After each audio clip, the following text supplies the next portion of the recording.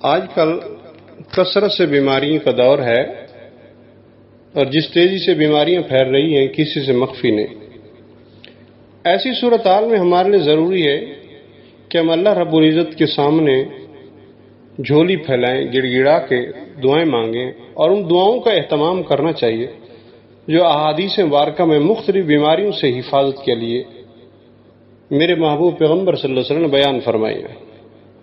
ایک مختصر دعا جناب رسول اللہ صلی اللہ علیہ وسلم نے بیان فرمائی جو 4 مہلک بیماریوں سے، ہلاک کرنے والی بیماریوں سے بچاتی ہے۔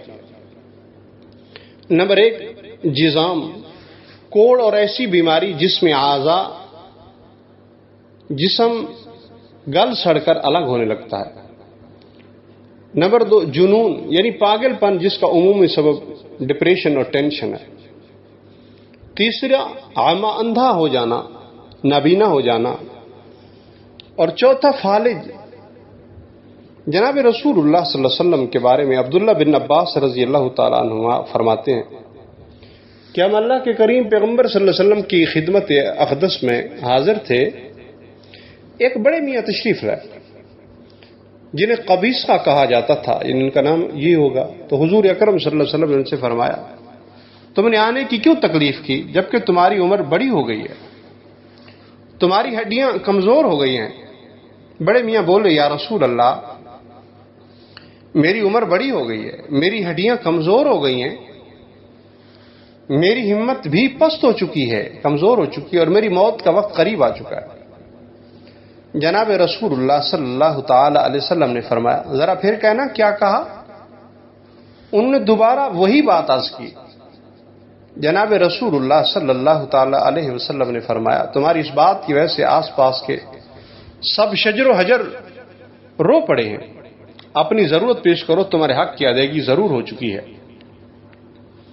تو وہ کہنے لگے یا رسول اللہ مجھے کوئی ایسی دعا تعلیم فرمائیں جس کی بدولت رب العالمین مجھے دنیا و آخرت دونوں میں نفع عطا فرمائے، اور یا رسول اللہ دعا زیادہ لمبی نہ بتلائیں، میں بوڑھا آدمی ہوں، مجھے کچھ یاد نہیں رہتا۔ بڑا عقل مند صحابی ہے، بہت سمجھدار اور دانا صحابی ہے، جس نے یوں کر کے پوچھا تو میرے پیغمبر صلی اللہ علیہ وسلم نے فرمایا تمہارے دنیاوی نفع کے لیے یہ مختصر عمل ہے جو میں بتا رہا ہوں کہ جب تم صبح فجر کی نماز سے فارغ ہو جاؤ تو 3 مرتبہ یہ کلمات کہہ لیا کرو تو تمہیں اللہ رب العزت کچھ بیماریوں سے محفوظ فرمائیں گے۔ تو میرے پیغمبر صلی اللہ علیہ وسلم نے یوں فرمایا 3 مرتبہ یہ کلمات کہہ لیا کرو سبحان اللہ العظیم وبحمدہ ولا حول ولا قوۃ الا باللہ، سبحان اللہ العظیم وبحمدہ ولا حول ولا قوۃ الا باللہ، سبحان اللہ العظیم وبحمدہ ولا حول ولا قوۃ الا باللہ۔